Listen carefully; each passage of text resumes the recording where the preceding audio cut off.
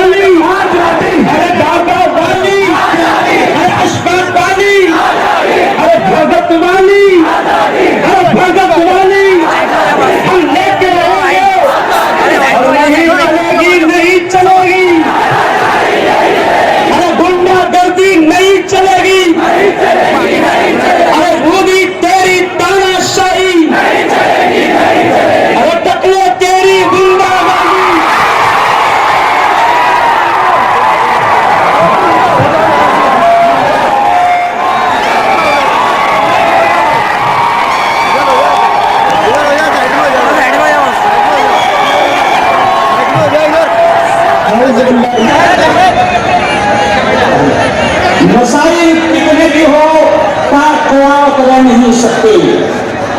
मसाइल कितने भी हो क़यामत रह नहीं सकते। और ये जालिम जुल्म की बनकर अलामत रह नहीं सकते। और वो जिनका अज़्म है कि हमको चैन से रहने नहीं देंगे, वो ये भी जान ले खुद भी सलामत रह नहीं सकते।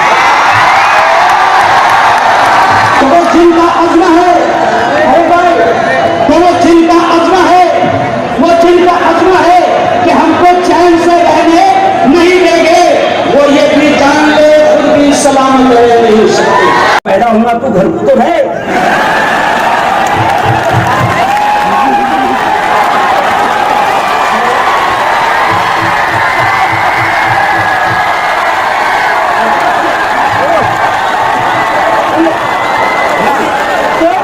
इनसे विकास हुआ नहीं मौलाना, इनसे विकास हुआ नहीं। रोको इतना, इनसे विकास हुआ नहीं। अरे बेवकूफ की औलाद सुन, अरे पागल की औलाद सुन। मेरा मुल्क इस वक्त जल रहा है। जमीयत उलमा चाहती है कि राष्ट्रीय एकता और अमन का पैगाम देकर मुल्क की जल्दी आग को बुझाया जाए। आज मेरे मुल्क में क्या हाल हो गया कि हैदराबाद में मेरी बेटी, मेरी बहन डॉक्टर प्रियंका रेड्डी का रेप किया गया और दरिंदों ने वहां भी बस नहीं किया, बल्कि उन दरिंदों ने उस डॉक्टर प्रियंका को पेट्रोल डालकर जलाया। अरे 2013 और 14 में तुम नारा लगा रहे थे बेटी बचाओ बेटी पढ़ाओ। अरे तुम्हारी 2014 से 19 तक के जितना मेरी बेटियों का, हमारी बहनों का रेप हुआ है, इससे पहले कभी इतना रेप इस मुल्क में हुआ नहीं था। तो अब मुझे ऐसा लग रहा है सरदार भाई कि शायद उन्होंने अपन समझे नहीं गए। उन्होंने ये बोले थे 2013 में, हम आ रहे बेटा बचाना, हम आ रहे बेटा बचाना। और अभी भी जितने अंदर सड़ रहे हैं वो सब इनसे कनेक्शन वाले हैं। रेप में जितने सड़ रहे, अरे मोदी इस मुल्क में रेप हो रहा है, मेरी बेटियों की, मेरी बहनों की हिफाजत की बात कर। अरे आज तुम्हारी हुकूमत ने पढ़ने वालों को भी इस तरीके से तुम जामिया मिल्लिया में मार रहे हो, अलीगढ़ में मार रहे हो, नदवा में मार रहे हो, देवबंद में मार रहे हो। लेकिन सुन ले जाहिल, ये पढ़ने वाली कौम है, ये पीछे हटने वाली कौम। ये पढ़ने वालों को क्यों मार रहे मालूम? इनको मालूम है, इनको ये मालूम है कि पढ़ेगा तो फिर रोग आएगा, है ना। अच्छा, ईद के पास में डिग्री है नहीं।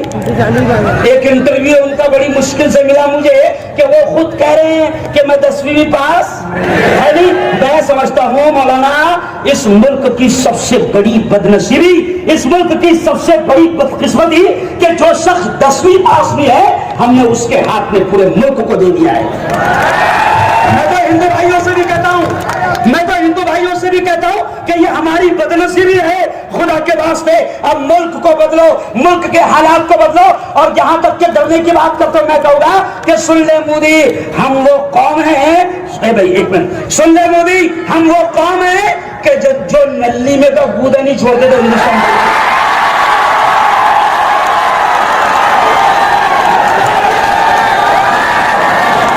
तो याद रखो, जमीयत उलमा अमन का पैगाम दे रही है, जमीयत उलमा प्यार का पैगाम दे रही है, जमीयत उलमा तहफ़्फ़ुज़ जमहूरियत की बात कर रही है, जमीयत उलमा तहफ़्फ़ुज़ दस्तूर की बात कर रही है, जमीयत उलमा मुल्क की हिफाजत की बात कर रही है। इसलिए आज ये जलसा जमीयत उलमा ने दिया और मैं देख रहा हूं कि जहां जहां निगाहें जा रही है, लोग यहां पर मौजूद है।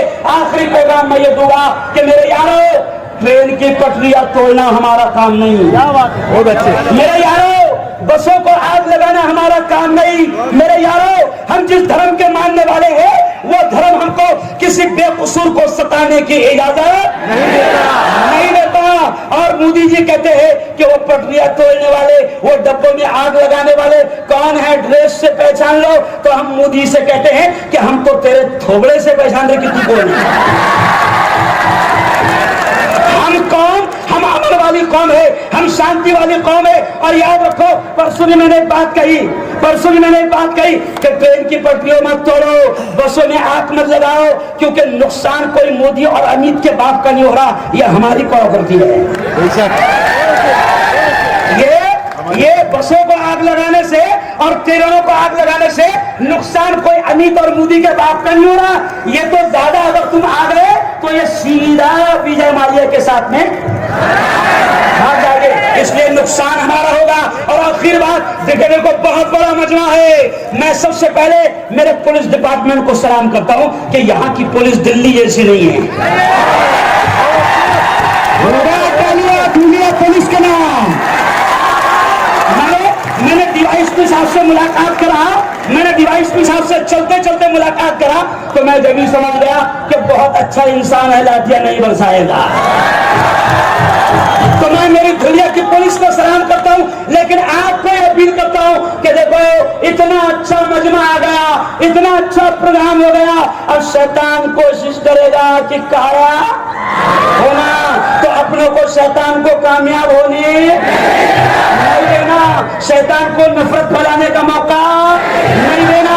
और जैसे शब्बार भाई ने कहा कि हमारा झगड़ा किसी धर्म वाले से नहीं है, हमारा झगड़ा डायरेक्ट हिटलर से है, डायरेक्ट हिटलर से है, डायरेक्ट तानाशाह से है। लेकिन हिटलर और तानाशाह भी समझ गया कि बेटा अब ज्यादा दिनों तक मांदा चलने वाला नहीं है, अरे बोलना अच्छे दिन आने वाले नहीं है। अब देखो इस मुल्क में 2014 से बड़े बुरे दिन चल रहे थे, कुछ नहीं करे, हमको लड़वा रहे, तो अब मेरे साथ कहना कि बुरे दिन जाने वाले हैं, बुरे दिन जाने वाले और अच्छे दिन अब आने वाले हैं। अमित शाह जाने वाला है, मोदी जाने वाला है, योगी आदित्यनाथ जाने वाला है, मुल्क के अच्छे दिन आने वाले हैं। तो मैं आखिर में शकील साहब, मैं आखिर में सर, मैं मोदी का शुक्रिया अदा करता, अमित शाह का शुक्रिया अदा करता कि अगर वो बावले चाले नहीं करता तो अपन जागते नहीं, उसने हमको जगा के उल्टा, अरे बोलो, बेदार कर दिया। इसलिए अब डरने की जरूरत नहीं है। लेकिन अब जितने लोग ये मुगलई वाले जितने भी बच्चे हैं, नौजवान साथी हैं और जो इधर उधर जाने वाले हैं, मैं देवपुर वाले, मैं मेरे मुगलई के जवानों से, मेरे देवपुर के जवानों से कहूंगा कि प्यारे बच्चों, हम किसके मानने वाले हैं? अल्लाह के, हम नबी के मानने वाले हैं, हम अम्न के प्याम के मानने वाले हैं, हम शांति के मानने वाले हैं। हम किसी शैतान को नफरतें फैलाने का मौका नहीं देंगे, शांति से जाएंगे इंशाअल्लाह, अमन का मुजाहरा करेंगे इंशाअल्लाह। इसी शेर पर अपनी बात को खत्म करूंगा कि ये मजमा बता रहा है सवाल भाई कि दिल बदल सकते हैं, जज्बात बदल सकते हैं। ये मजमा बता रहा है कि दिल बदल सकते हैं, जज्बात बदल सकते हैं, मुल्क के फिक्र और ख्यालात बदल सकते हैं और दौरे मौजूद के दिन रात बदल सकते हैं। हम बदल जाएं तो हालात बदल सकते हैं। वो आखिर दावा अल्हम्दुलिल्लाह।